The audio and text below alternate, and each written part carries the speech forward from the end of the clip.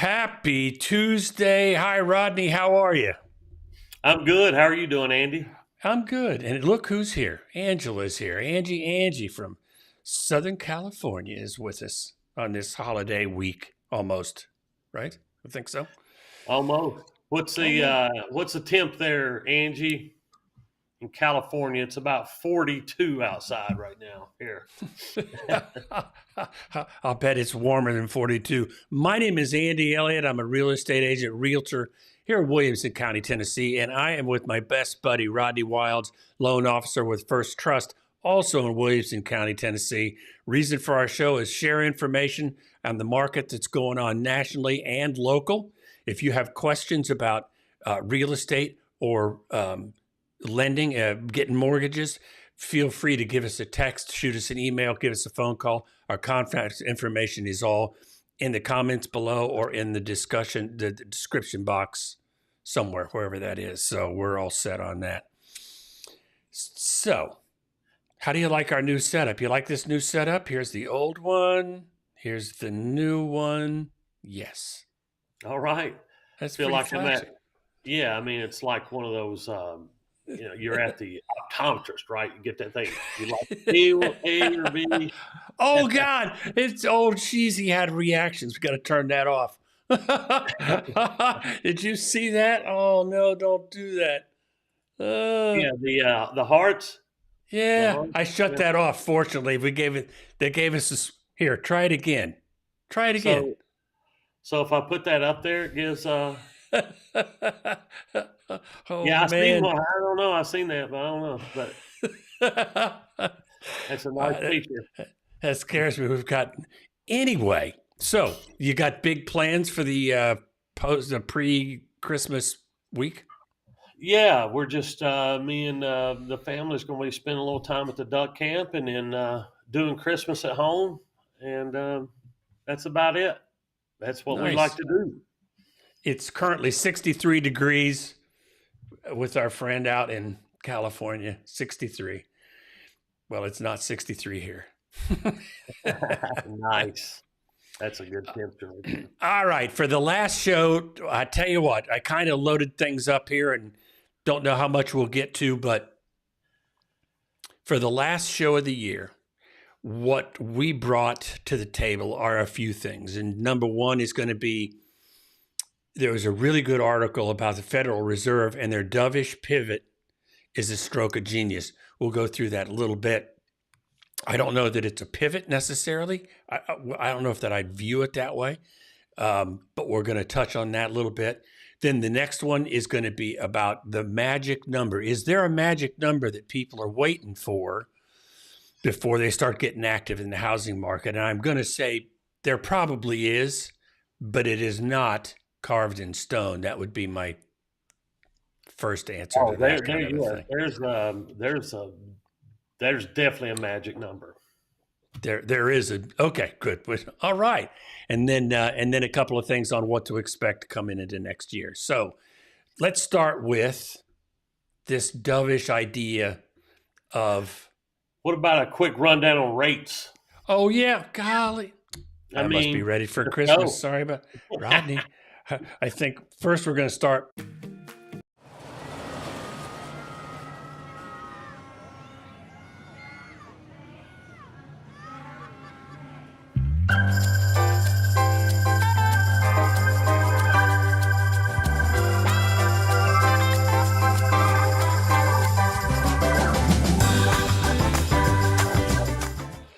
I'll tell you what, that's why Rodney is the director and I produce the thing. Yeah, thank you. Look, I'm just pointing out something here on the 19th. As you can see, again, I keep highlighting this area right around here is where we have bounced off the low, October 19th to that week of the 26th.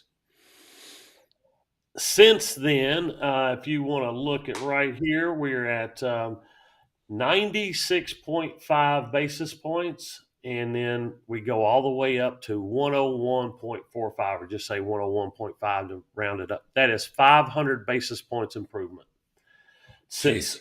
that day. And that is going, just a little bit each day. You can see it's just, we've had some really great days, a few negatives, but overall, this has been one of the best streaks I've ever seen in 20 plus years, a 500 basis points improvement in right at 60 days. This is, when you talk about a pivot, Yes. this is it. This is the pivot right here. That when they made the announcement from, basically, because there was still some concern that they could, even though they said they'd stop, that they could always add another increase, right? 100%. Yep. But they went, when they talk about that pivot, I think they did a really good job because they went the other direction. They weren't going to wait for optimism. To me, they're kind of creating a little optimism with their stance and the projection of lowering rates. Because if you've watched the show for a lot, I've always been saying, man, they make these adjustments, don't give them time to work. Right. But now they're going to continue to forecast the inflation numbers and everything getting better because they lag a little bit when they report them. Right. So since they lag a little bit, they're already projecting and say, okay, well, they're going down, and we think by the time they get to where we need them, if we interject some life now, it's even going to make us more of a softer landing, if that makes sense. So yeah. No, that's my theory. I like it. And so, and I heard you, did you have more? That's it. Okay. And so here, my question, bear with me, here we go. You had said last week when I had made mention about the current rates, and I'm not you know me, I'm not a mortgage rate hound, interest rate hound. I'm not.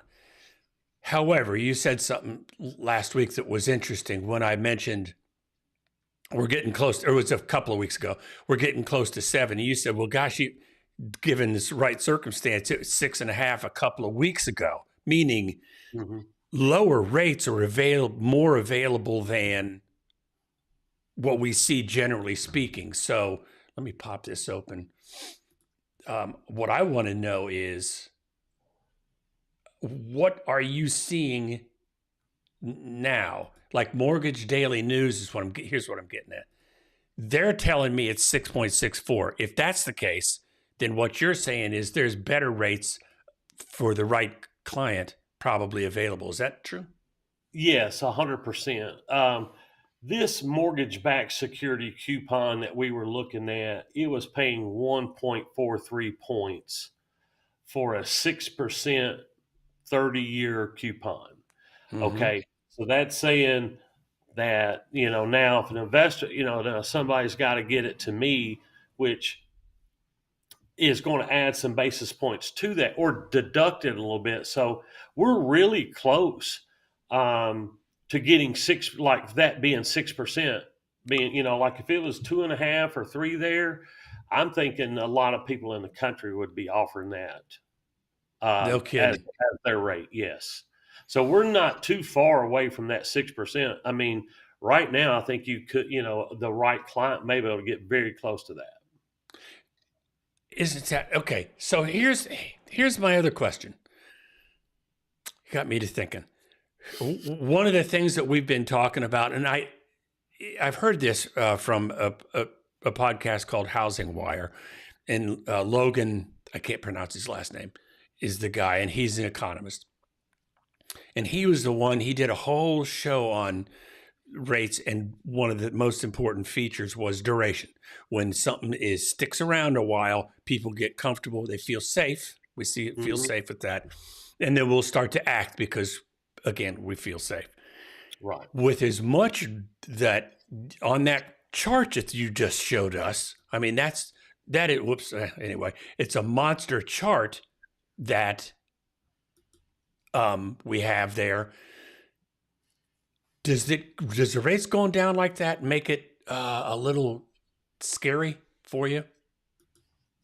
Heck, does that make sense? No, they've been high for a long time. I mean, no, I want them to go down, and I don't care how fast they go down because normally they don't ever go down as fast as they go up. Right. But I think this correction right here got us into a really good position so we can see some improvement next year.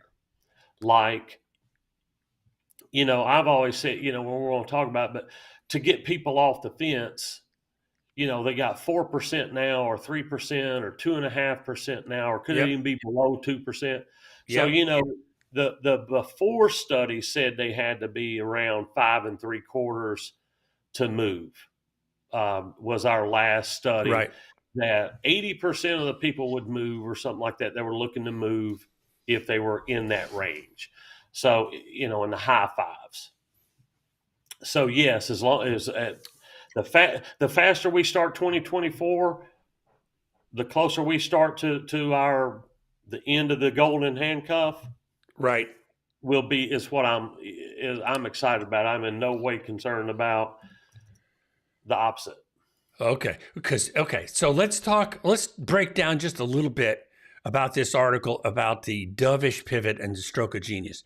Here's the way that, and I think that you've been talking about this for a long time, where when we went through all those rate hikes, I think it was 11 in a row. I mean, it was a lot. And we were starting to think, this is tough, and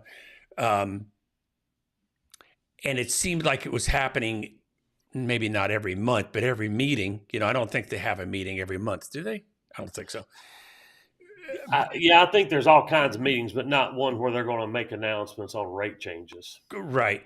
And what you were saying, and I have to agree, is that they weren't given enough time for it to have an effect. You do a rate change and then you're just waiting for things to sort of settle out, and then the next month or the next time they have another rate change, and they're pushing the effort. And finally, we've had, is it 3 in a row where it's been unchanged now? I think it's 3 in a row. Yes, right. Yes. I think it's 3 in a row. And that's what they're talking about, I believe, for this dovish stance, meaning they're laying off the rates. And it says, as the officials began to think through 2024, they realized they had a problem. Their hawkish stance was like a dam holding back an ocean of liquidity and risk appetite. Eventually, they're going to have to break it. If they waited until they had already shifted to a neutral stance, they'd leave themselves vulnerable to credibility strain and reversal. To illustrate, if they waited till March to level things off, it would have been like too late. Right. It would have been, we had already missed the spring buying season for housing market, or just, it would have been too late to get, everybody's kind of mind shifted to where they're ready to move forward. You've got a lot of this is solely based on how our consumer feels. Like, they got to be good. One, the job market's got to be good because they got to feel like they're confident in their job's going to stay, or they're not. Their buyers' confidence is going to be down. Yep. And then, secondly, the affordability issue's got to come back, which is yeah, and there's going to be their projections on home prices is I've seen a couple of them come out that they're saying it's going to be flat through 24. Home prices in terms of appreciation would be flat. That would be a little bit amazing to see it actually flat, but to see it super slow wouldn't surprise me at all, unless the dam breaks completely and we go into this another hyper season of purchasing, which I just don't think that's going to happen. When we were talking about in the past few months about how does the Fed juggle rates in the economy, when you've got the CPI and you've got all those different metrics that they're tracking the economy with. Yeah, how do you do that and do it carefully? Carefully. And it occurred to me, now I'm not a ship's captain. I don't know how to do boats, but I've seen it enough. that if you want to turn, you have to do it a little early in a boat. And if you want to stop the turn, you've got to start that a little bit early, you know? Yes. And that's the way I know that sounds crazy. It's not a really good metaphor, but if you're trying to turn a ship, you got to do things differently. And that's what I think that they're doing here. Yes. It's a ship that isn't going to turn around on a buoy out there, right? So, and that's exactly what they're. But see, I think why I like their perspective this time is that they're doing it for a positive reason. Yes. Like this is to help spur the economy, to help the interest rates. Normally, they're like you said, the hawkish stance has been the other way. Like I am not going to break off of this now because of this 1970 Munson deal that happened back, that they never that they always kill people from. Talk about the 1970 disaster, right? So the Fed policy is not going to, they're not going to be backing off of that. But as soon as they got some data, which I thought was, we had seen this data creeping down, and then we know it lags behind. So we kind of know the next few months it's still going to creep down. I had no idea the Fed was going to jump that boat, turn around, and say, let's go the other way without worrying about our decline not actually happening. The delayed reporting or whatever. It's amazing. I think, and we've been talking about this last couple of weeks, and it's starting to, as we've said repeatedly over the past year, that a lot of the blogs, a lot of the articles that we're reading, including us and our commentary, we're just trying to take as much information as we are and interpret that as to what we think is going to happen. That's all we're really trying to do. And then sometimes you see things converge, like it wasn't so long ago, people were saying the economy is going to crater. It's not, we're dead in the water. We're going to crash. They've used that word to death, right? But in the last couple of months, all of a sudden this soft landing idea gets launched into the Ethernet, Yeah. Again. Yeah. But it starts to look like that's going to happen. I mean, that really is how it's starting to feel. And a lot of the experts are starting to agree. Yes. And I see that, and here's what I see, and I'll shut up. With the third rate not unchanged, they're saying we're going to let things settle in where they are. We're going to get through Christmas without things putting the brakes on anymore. And we're going to head into the new year, like you said, with a positive vibe. And if we go into February and March with a positive vibe, I mean, Katie, bar the door. Yeah, I mean, it's not only is it to me a positive vibe that when they come out and downright say we're lowering the rates. I mean, that is by all signals, rudder left, pull your steering wheel, or you're moving this thing. I mean, you're turning the ship around. You're already announcing it's December, start of December. So that's what I love about it, and then we see a 500 basis points improvement, which is huge. They were projecting that we were going to be at this spot at the end of 2024. Yes. Okay. So it's like we've just fast forward the projections a full year on some of the people's interest rates. Like, okay, now let's start 2024 where you thought we would be at the end. And that's what I'm excited about. I'm excited that it's going to, it's already changed people's perspectives because it went so high. Like, when it got to 5, people were freaking out. Oh my goodness, it's 5. But then when it hit 8, they're like, well, maybe 5 wasn't so bad. And I think it's shifting the sentiment on what a good rate is, and which is we all needed a little bit of shift on that perspective. Well, a new normal, it takes a minute to get used to, but you have to compare that against, like you said, 8%, 6% is looking pretty good. And that's what this next article is.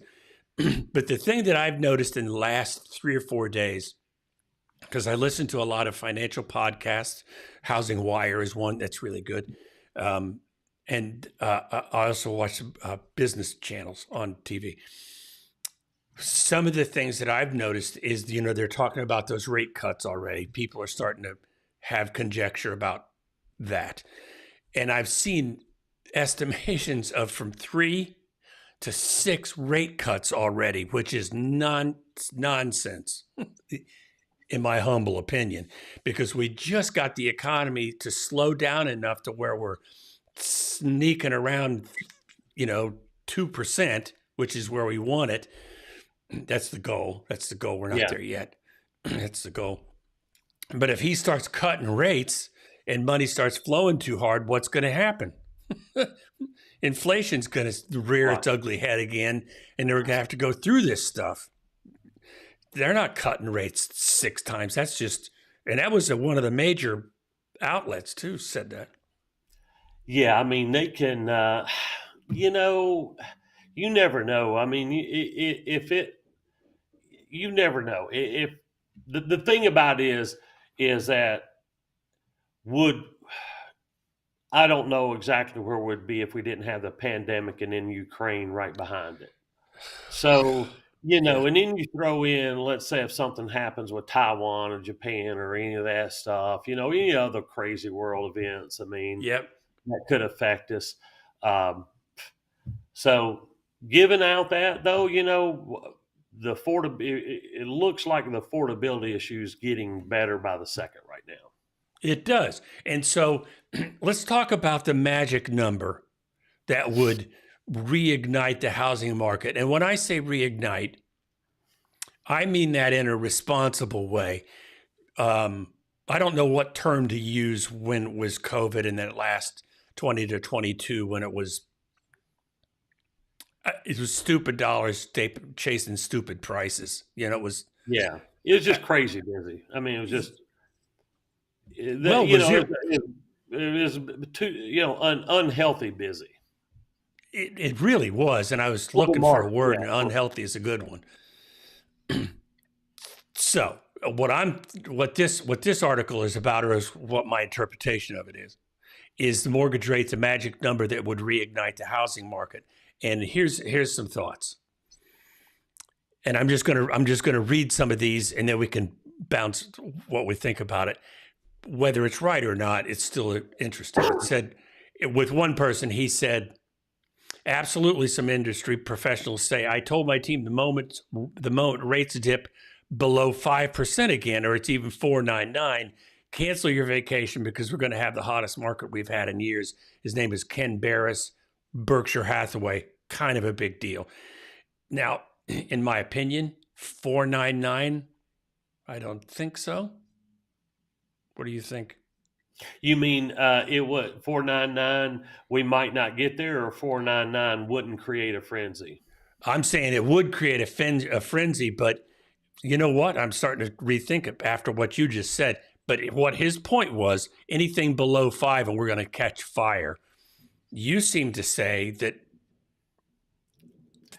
Well, the studies that I've seen that people are talking about, like mostly my area, is pent up demand.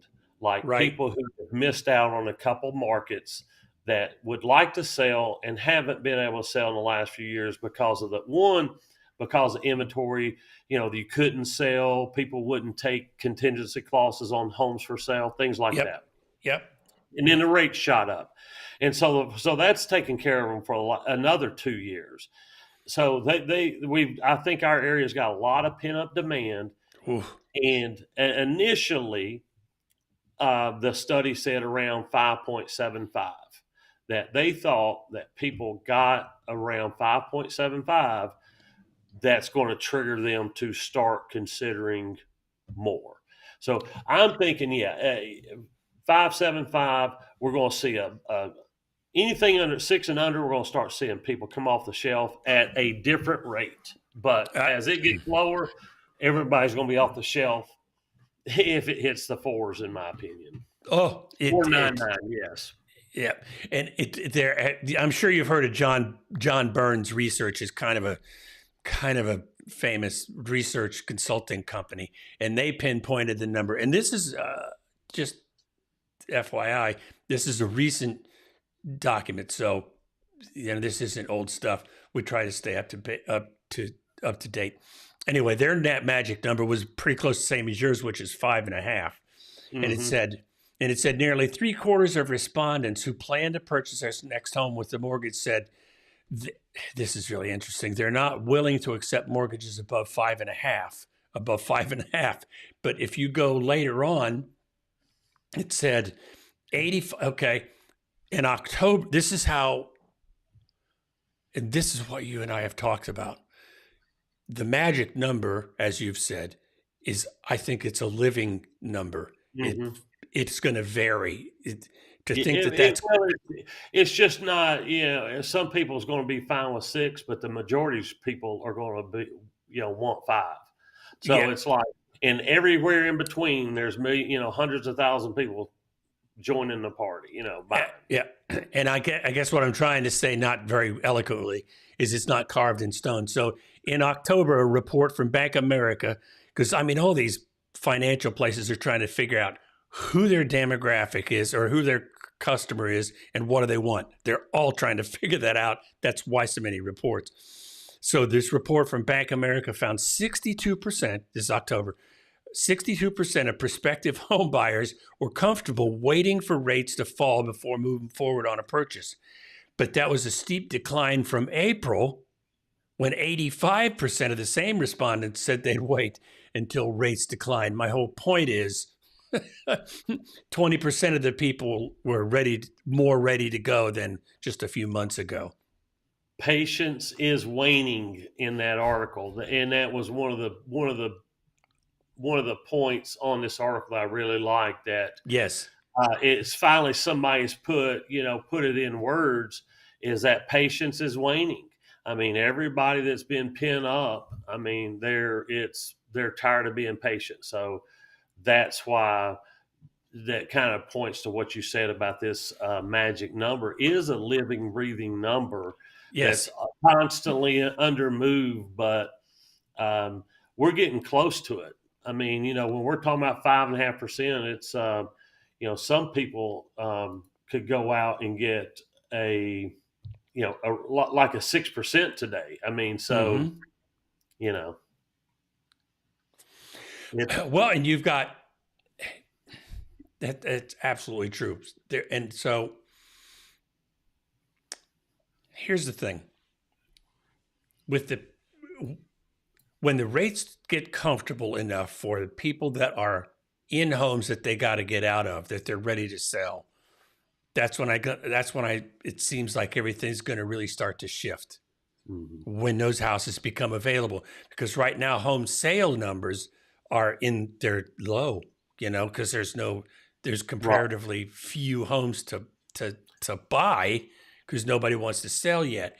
But that pent up demand, and it comes down to almost the same demographic as always. It's those that are empty nesters. They want to downsize. They want to upsize. It's a job change. They've got to move someplace, or divorce. And those are a lot of demographics. That's a lot of pent up demand to come around. And those people, a lot of those people are forced to move, even when the situation isn't great. Yeah, and there's, we have customers that's, couldn't afford to basically separate the house right now and having to stay together, all kinds of stuff like that. So yes, there's definitely that situation, but just your normal average everyday, I want to move, like the recreation. I call it recreational moving. Yes, what happened to that? I hate moving. I feel like I need to move. I've been in the same place for 10 years now. I'm like, come on.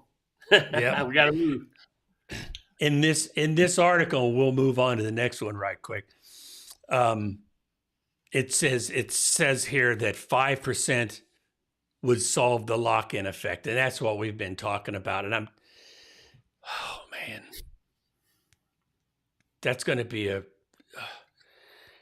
I can't wait for the metrics to show that people are ready to sell their house, because it's going to take us a minute, all of us, to get to the point where this new normal, call it 5%, which is an amazing thing to even think I'm saying, to 6%, this new normal,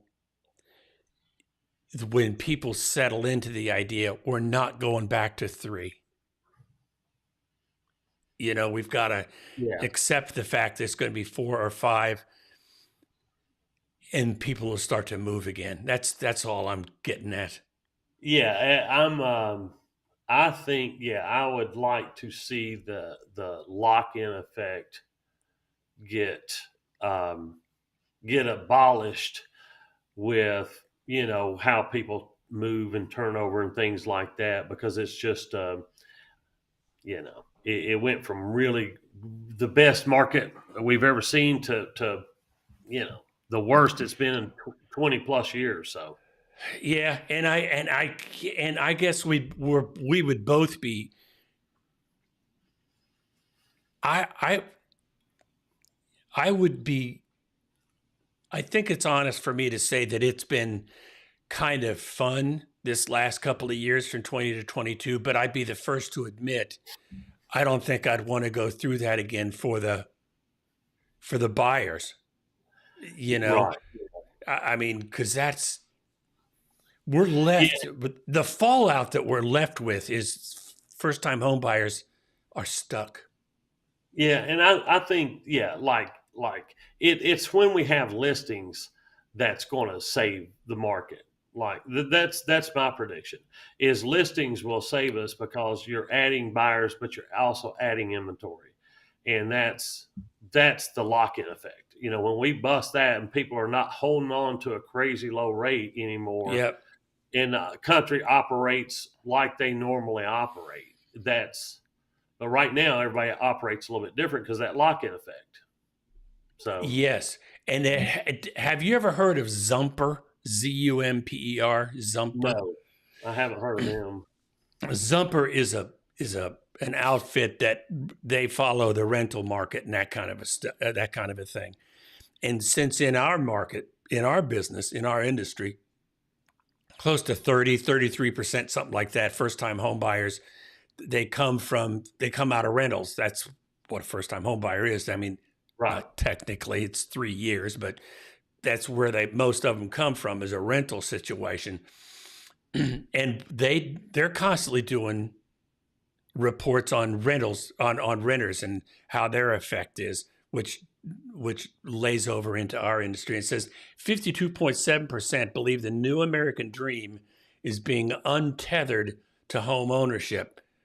That's how much people have kind of lost, they're not, it's hard to get excited about something you can't buy anymore, Yeah. 73, and this is current. And again, this is Zumper. So we're talking to renters, not buyers. And I'll get off this. 73% don't think it's a good time to buy. And 53% think that they're getting a good deal on rent. Well, if you're forced into something, of course you're going to try to make the best of it, Yes. But there was a number they said 52% of, it costs 52% more to buy than it does to rent. Yes. Yeah. Mm-hmm. That's the big thing. And it's I think they even said, it's the American dream is still owning a home. It's it just deterred more than 69% of the renters from buying last year. Yeah. Which is crazy. And then it pushed the age up, which I was surprised to see this. The head of household in rental is 41 years old. Say that again. Sorry, I was multitasking. You know me. The head of the household in a rental is 41 years old. Oh, really? Yep. and typical first time home buyer is 35. Huh. Now I seen another stat. I don't know if it's exactly true, but it was like the cost of here it is. The cost of if you look at a typical homeowner, the net worth is just under 400,000. The net worth of a typical homeowner, which is I think is phenomenal. Yes, it is. Yes, it is. Compare with a typical renter who just has just over 10,000. Yeah. You gotta buy. You gotta buy. You gotta buy. You gotta buy and start the process, even if it's something smaller and further out. You gotta start getting equity. I mean, that is the only way to build. That's the fastest way to build wealth still in our country. I'm a true believer in that. You know, and boy, talk about a pivot.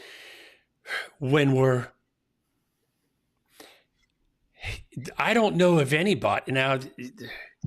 We went through a period of time when their foreclosures, short sales was a part of the economy. We did that back in a decade and some plus years ago. We did that. But since then, there hasn't been anybody that I know that's bought a house that was responsible. It didn't HELOC their mortgage to death, that, left things alone, that over the past few years, myself included, like my network has skyrocketed from a few years ago just because I planted my flag in the real estate world, meaning buying houses, that kind of stuff. I can't tell you the freedom that I feel. It sounds like I'm making a commercial, but it's the best thing. It's the best thing I ever did. Best thing. I mean, you just don't see it very often where it is not one of the best things you ever did. And like I said, I am. You can put it on my forehead. I am talking about a not necessarily our investors, but just somebody who's buying this single family for their home. It's the best investment they can make, really. Yeah, this is from our buddy Brian, and he was talking about, and we're all kind of ganging up on the renters, and we don't mean to be. If you're watching this or anything with real estate, that means you're thinking about getting out of the rental game, right? Or the rental world. Yeah. And the Daily did a great piece. Come on, stay up there. Targeting first-time home buyers on the narrative on renting versus buying, which I think you have charts for, don't you? Or calculators or something, don't you? Yeah. And the rent ratio. Absolutely, yeah. I mean, the rent, and that's what we do is in the rent calculators, just compare buying right now, what the upfront costs are compared to what you're going to pay over time. I mean, because they're projecting, rents in this area to be in 9 years be close to $4,000, $4,500, and I mean, you're talking about $4,500. That's if you're looking in the price range right now, it's probably 20% interest rate on the same house you're looking at now to get that same payment. So think about, that's the way I look at it. It's like, if you're not looking at, buying a house today, what does it get you out of? It gets you out of that $4,500 rent payment in 9 years. I mean, that's what it's going to do. I mean, it's crazy what rent is going. What rent is doing. It is now. Our rent's decreasing, and it's like we're playing both sides of this. What I'm trying to be is, and just like Rodney, is full disclosure, full transparency. We understand that they have overbuilt the apartment, at least around here. They've overbuilt that. Rents are going down, especially in Nashville. I think it's significant. But is it low enough to make you want to stay as a renter? No. It's what that is they're trying to fill up vacancies. There's vacancies when it comes to the rental market and that kind of thing.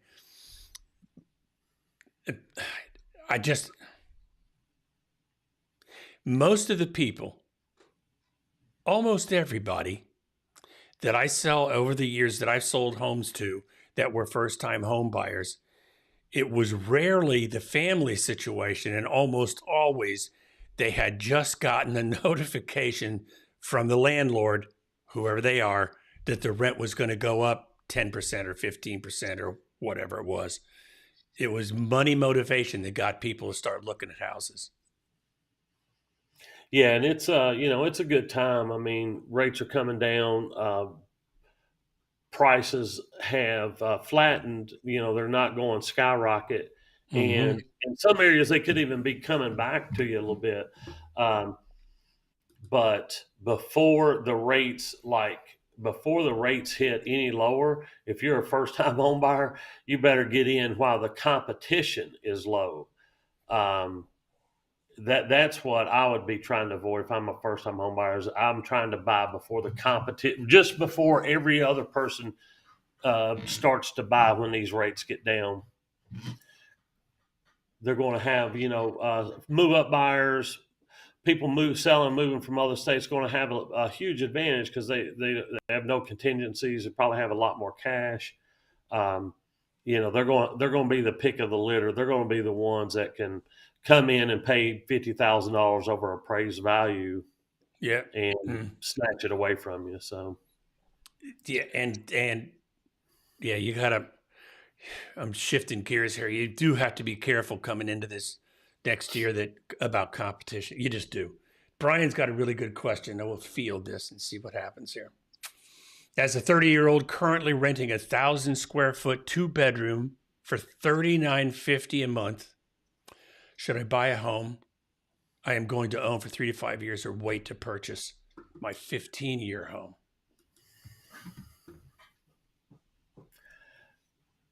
well, what one, I'm going to do a buy versus rent my calculator, right? It's going to tell me my purchase price, um, what you're going to be putting in, a lot of things, like this house right here. Depending on what your certain financial goals are, but let's assume that you want to build just a small portfolio of a few houses. I would consider buying that one on with the lowest down payment I possibly could, while still thinking I can maybe get close to break even in cash flow, and buy that as a primary, move in it and keep it forever.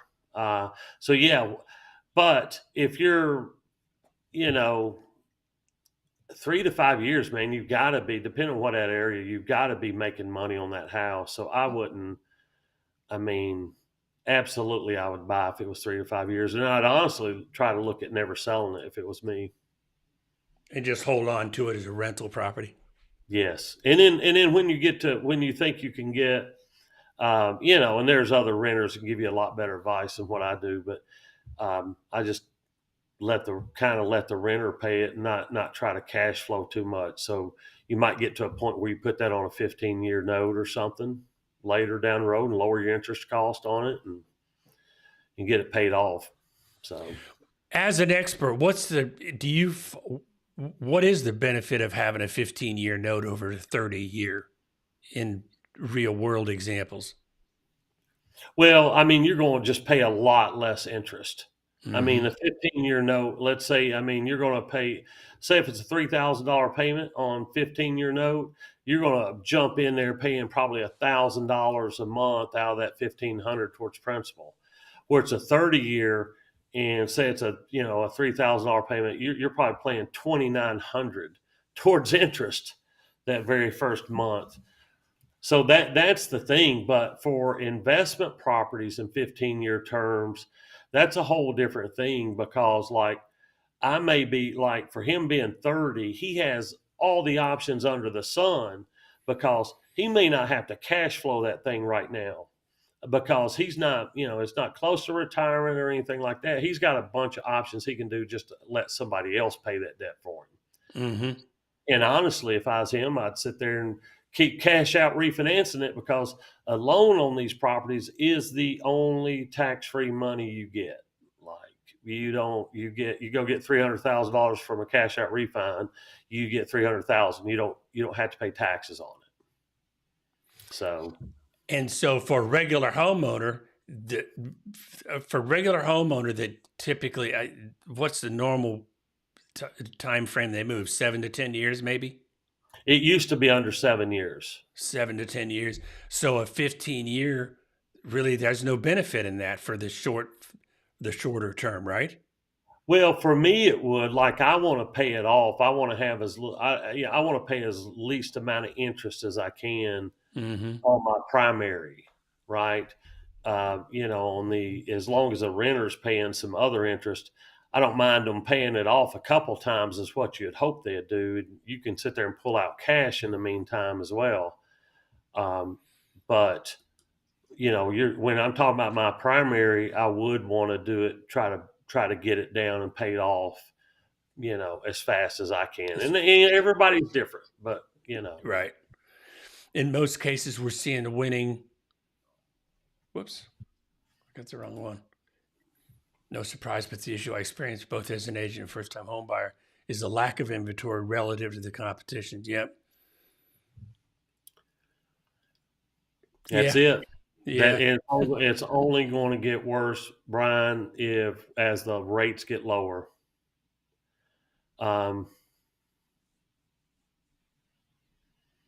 Well, I will say this. I really don't care. Sellers are putting too much into a down payment because there's no difference between a 5% and a 75% down payment. It doesn't mean that you're any more qualified for that loan. I don't know why a seller would really say, well, I'd rather have somebody putting 30% down than 20% down. I really don't care what they're borrowing. It's more of the terms like the appraisal and things like that for me, because you get somebody putting 20% down, they're in the top 1% of 1% in America, like 0.001 or some crazy percent chance of those people foreclosing. So they're probably going to close on that loan. But that's. But hey, every market's different. I don't know. It might be attractive in that. Yeah, I was going to say maybe that's a Connecticut thing, because around here we don't, unless it's a multi-million-dollar property. I've seen some pretty big numbers go down, for down payment, which I do my very best to say, no, we don't need to do that. That's unnecessary, Yeah. But for the rest of them, my theory on earnest money, or that earnest money, that kind of a thing, is only put down enough where nobody's willing to go to court for it. Yeah. And he's talking about. I thought he was talking about down payment. And I'm trying to figure out why that would. Because LTV, I suppose. We were trying to when we did our program, we did that one where we basically wrote it was a cash offer, that the bank was going to come to closing with cash no matter what. We'll see you here at this date, and so it turned every person that was getting a loan into a cash offer. Into a cash buyer. Mm-hmm. Because we were just saying we're going to be there no matter what happens with cash, Yeah. But they got a loan every time, so. Right. And now it's important to have a cash offer if you can, but it's not nearly as important as it was a couple of years ago. Right. Yeah. Mine's a loan is cash. That's what I don't understand. A loan is it's coming from a somebody with probably a lot more money, honestly. You know what I'm saying? It's like, it's coming from a huge bank, not an individual account. But that's always amazed me. It's like, mine's cash too. Wire you money. Yeah, down through the years, people have always talked about loans and cash buyers and that kind of stuff. And I always tell them, look, even if it's a loan, by the time it gets to your side of the table, it's cash.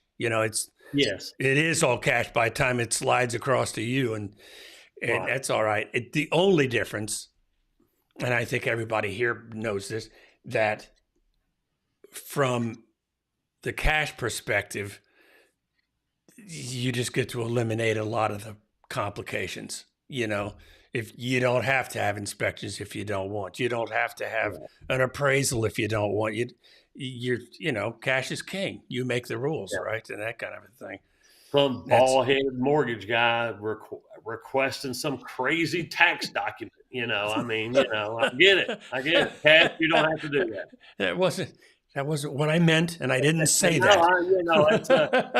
Listen, we have to document everything, and our customers, of course, 99% of our customers are, do anything to get us a document. But, that's just the way it is. Yeah. Well, and it sounds like their target market up there, their median is about the same. Well, Brentwood's 1.3 to 1.6. Franklin's about 1 million. And what Brian is saying, and I get this, it just depends on how you're talking to the seller. Of course, he knows this, but sellers in our market look at it through the lens of the buyer confidence. In other words, for us, when we submit an offer, kind of getting off into the weeds here, can't help it. Yeah. But when we submit an offer on the offer sheet, it indicates the percentage down that we're going to be getting a loan for. But the dirty little secret is we don't have to stick to that in the contract. Yeah, right. If we say we're going to put down 30% down and come and decide to do 5%, so what? Right. Yeah, that's just the way we do it here. But yeah, no, that's it's I see what they're saying, but I'm surprised that that's people look at that like that.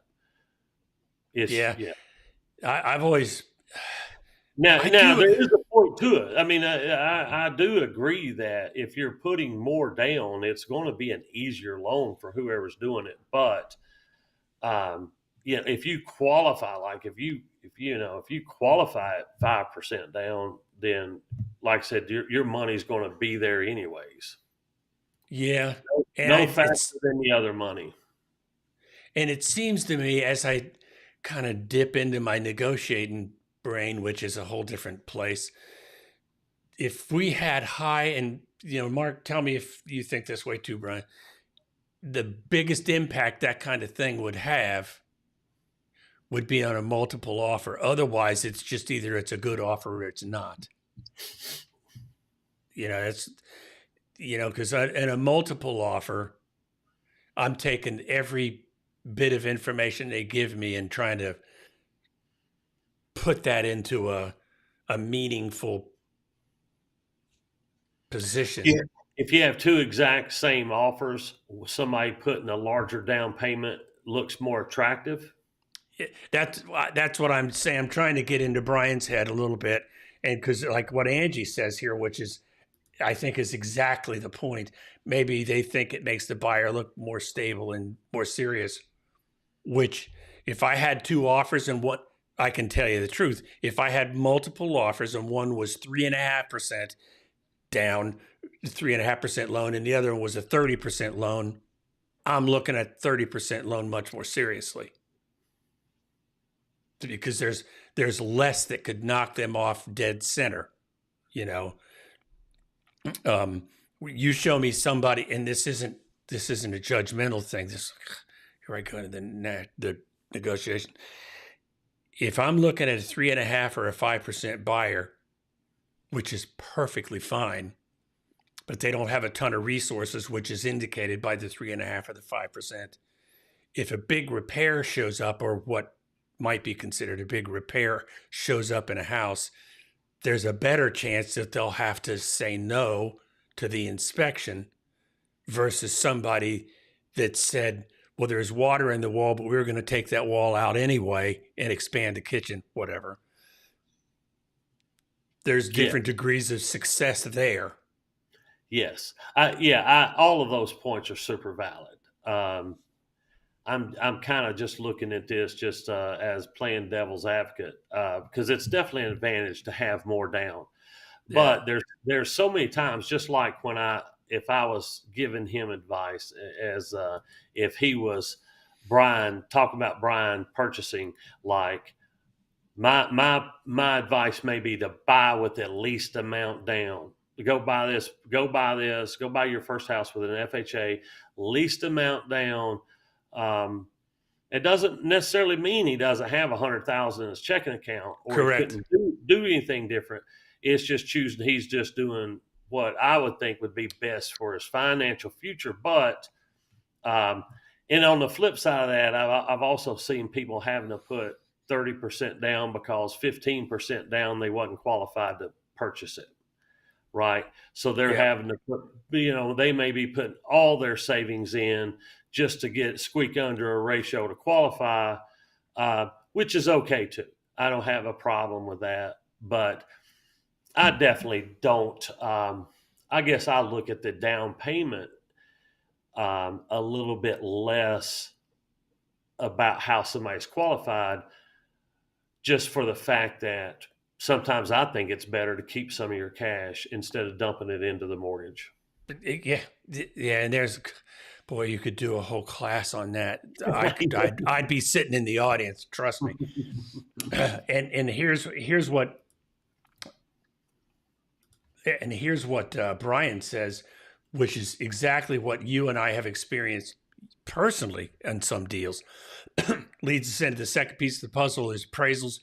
If you can offer a higher down payment, you'll more likely be able to cover all the substantial portion of what the appraisal gap may be. And there is a particular situation I have in mind that she and her husband put a huge chunk down, and that weekend had the appraisal situation, and you said no problem.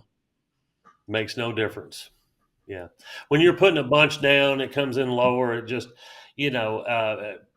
and you've removed your appraisal contingencies usually.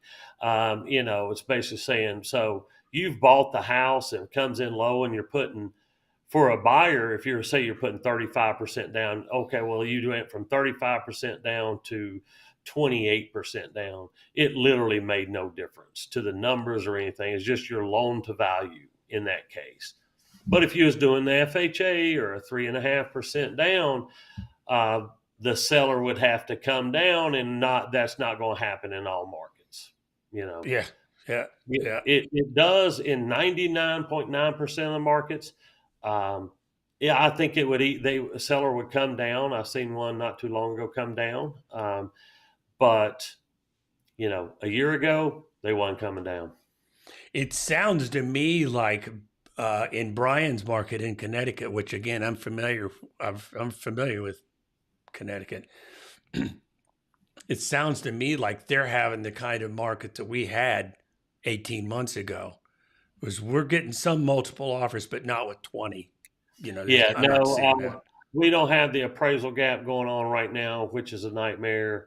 But Brian, I would tell, when you're submitting your offers, if you're submitting them for the buyer, I would consider just saying, hey, our LTV may be this, but it doesn't mean they don't have the ability to do more. It's just what's best for their financial situation, or something like that. Having the agent write that in there or mention it, if that's to deal with that. Because honestly, it'd be like somebody sitting next to me, and if somebody's saying that, well, I have $1 million in the bank, and they're putting an extra 20% down because they're barely affording the note, and I don't care what my note is. I'm like, I'm a better buyer than that other person. Yeah. And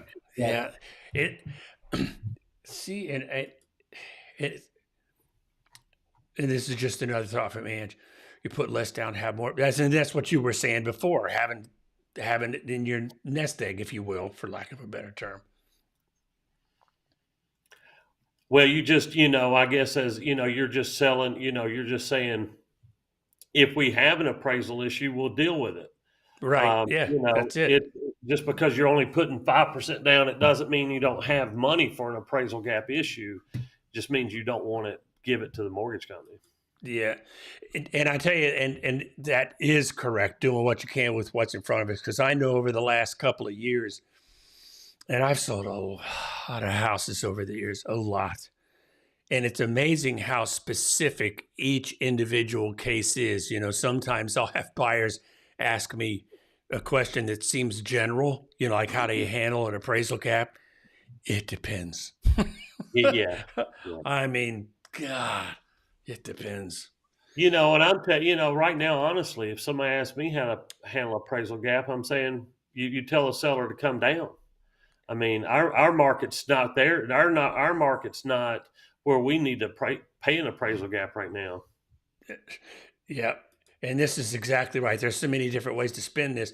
And if I were to ever to put to promote realtors, and if you watch this, I never ever do that. That's one time when I would, because there are a million different ways to spin that. Yes. Yes, there is, and just like this, what it makes me think of with Brian up here, um, that he's dealing with some stuff we dealt with a year or so ago, and I mean, this is the importance of having someone local in your market. Like, honestly, yeah, I mean, having Brian, like he knows his market and we know our market, and we're just talking about, where we were in timelines. Like we know exactly what market he's in right now. And Oh man. So it's kind of, I'm saying you really got to have your local real estate agent to help you with these markets. We had it, and this will be a short thing. In our market here, the National Association of Realtors, I guess it was Tennessee Realtors, they made adjustments to the contracts to include appraisal gaps. It got so bad, not bad, but it got confusing enough as they were trying to avoid that confusion by adding contract language about appraisal gaps. Mm-hmm. And now it's like it's going to be one of those legacy things that got left over from times gone by. I know it. It's going to be one of those check boxes that nobody ever uses. Yeah. Well, it's always, we've always dealt with it. It just become more popular, because it's always coming up for us, on the lender side.